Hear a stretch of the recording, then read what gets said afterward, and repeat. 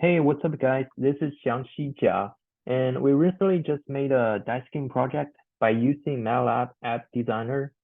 And all right, so let's just play the game first. So if we want to play the game, we click on Roll Dice, and it's rolling.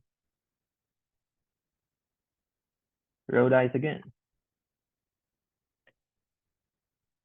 It will keep rolling each time once the Roll Dice button is clicked on.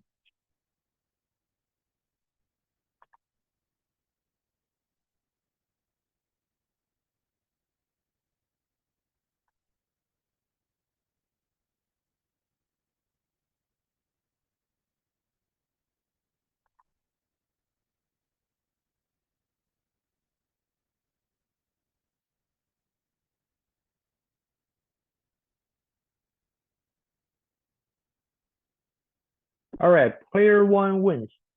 If we click on reset button, it will enable us to play another round of game. Let's do that. All right, now we are able to play another round of game. Fine, let's move on to the next part. Because of technical issue, my camera is currently not working, so please bear with my voice in this following video. All right, now let's get to the code part.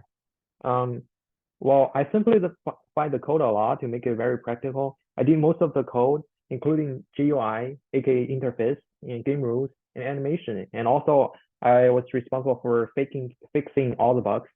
And I also put all the code in App Designer and combining them all together and added comments.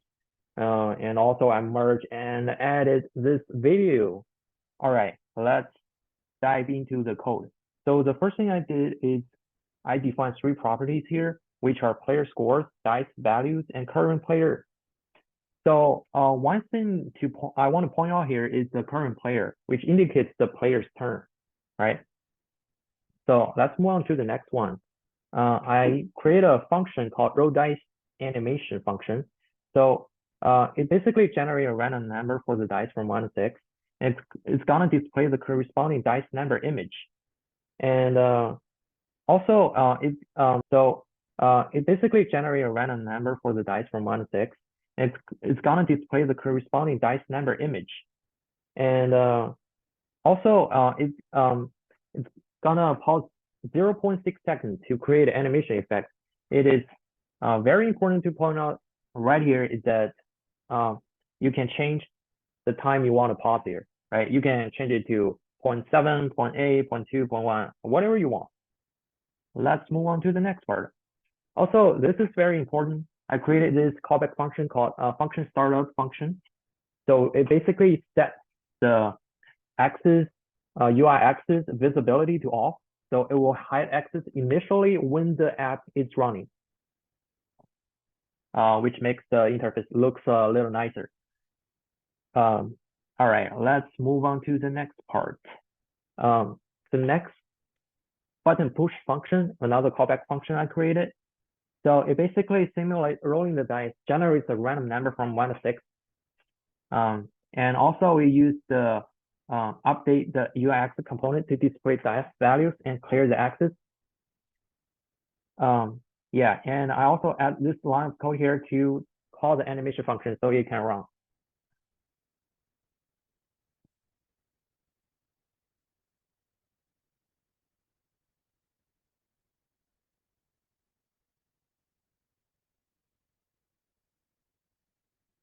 Move to the reset button function. One thing I want to point out here, I think it's very important, is I set the app roll dice button enableability to be on. So it will enable another round of game once you click on the reset button, right? This is very important to note. All right, that's all I want to present right up here. And I'll leave the rest to my group mates.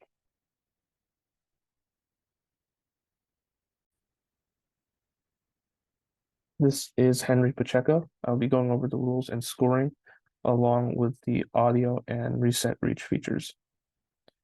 We begin by using the randy function to simulate the rolling of dice, which generates a field array of 6 values from 1 to 6. So then after the animation plays, we have to take the score and assign it to the current player and print the score out using sprintf. We use this property to initialize the game, make it so that player 1 plays first. Since this is a 2-person multiplayer game, we will have to be switching between 2 players for each role.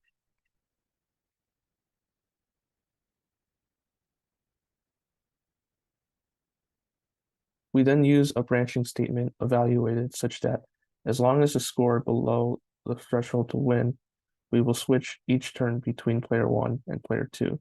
After each roll, the same procedure occurs until the winning score of 1000 is reached.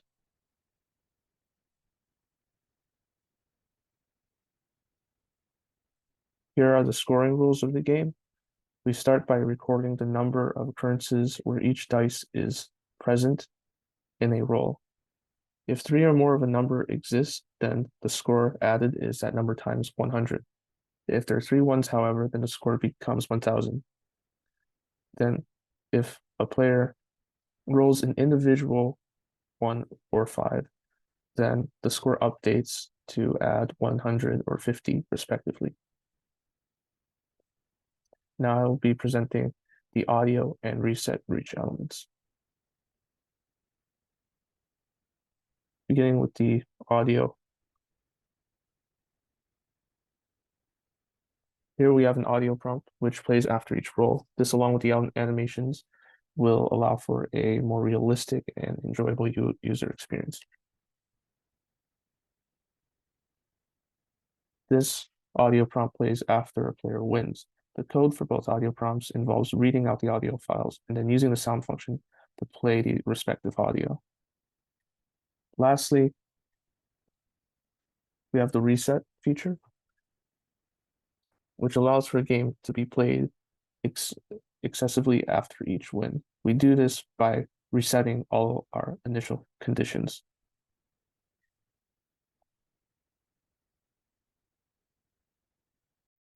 Recording in progress. Hello, so today I'm gonna show how we added ThinkSpeak channel to our code and implemented it on our app designer.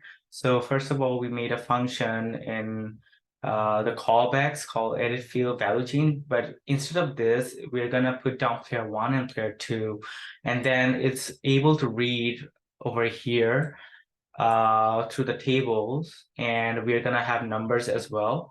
And then we're gonna have, we implemented the channel ID, the read key, the write key, the user key as well. And then there's gonna be a 5 seconds delay on read and 1 second delay on the writing key. So we're gonna be able to write down our scores for player 1 and player 2. And then there's gonna be a table over here so that the scores are recorded for both players 1 and player 2.